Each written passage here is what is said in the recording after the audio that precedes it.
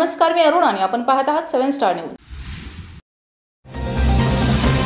स्वतःला देवाचा अवतार समजल्या जाणाऱ्या भोलेबाबा नावाच्या एका व्यक्तीच्या सत्संगासाठी शेकडो कुटुंब उघड्यावर पडली। बाबा आला, प्रवचन देऊन फरारही झाला। बाबाच्या वाहनाची धूळ माती लावण्यासाठी उसळलेल्या गर्दीत 121 जण चेंगरून मेली। यात असंख्य लहान मुलं, महिला होत्या।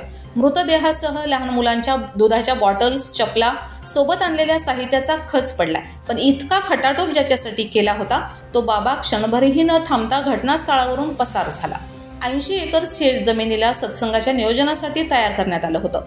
जवळपास 2 लाखांची इथं गर्दी होती। आतला मंडप पूर्ण गर्दीनं भरलेला। मंडपाबाहेरही लोक उभे होते। मंडपाच्या बाजूला पावसाचं पाणी साचल्यानं घसरून पडण्याचा धोका होता। या प्रवेशद्वारासमोरच हायवे आहे। बाबाच्या दर्शनासाठी त्या हायवेच्या अलीकडे आणि पलीकडे देखील गर्दी होती। भोलेबाबाची एंट्री या बाजूने झाली। बाबानं प्रवचन दिलं आणि त्यानंतर बाबा रवाना व्हायला निघाला। बाबाच्या गाडीची धूळ अंगाला लागावी म्हणून मंडपातले लोक हायवेच्या दिशेने धावले, पण हायवेवर आधीच तुफान गर्दी। त्यात मंडपातून गाडी मागे धावलेली गर्दीनं धक्काबुक्की झाली। गुदमरून मरण्याच्या शक्यतेने महिला आणि काही पुरुष बाहेर पडण्यासाठी या दिशेला शेतीच्या बाजूने धावले, पण आधीच निसरड्या जमिनीमुळे अनेकांचे पाय घसरले। अनेक महिलांना उठायला वेळ लागला, पण तोपर्यंत मागून येणारी गर्दी अंगावर आली आणि होत्याचं नव्हतं झालं।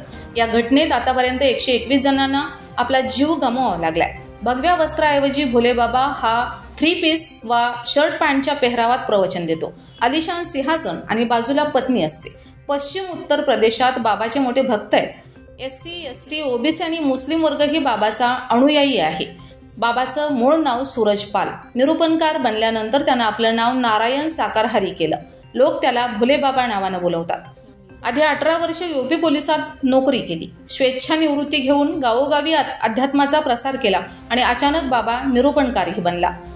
आपला कुणीही गुरु नाही, फक्त ईश्वरावर श्रद्धा आहे। त्याची अनुभूतीही झालीये म्हणून स्वतः बाबा सांगतो। कोरोना काळात 50 लोकांची परवानगी असताना बाबाने 50,000ची गर्दी जमवल्यानं वादातही आला होता। श्रद्धेत काहीही गैर नाही, पण अशा बाबांच्या पायाच्या धुळीसाठी लहान मुलांसकट स्वतःचे जीव धोक्यात घालणारे अनुयायी असतील तोपर्यंत अशा बाबांचं पीक येतच राहणार। Bureau report, 7 star news.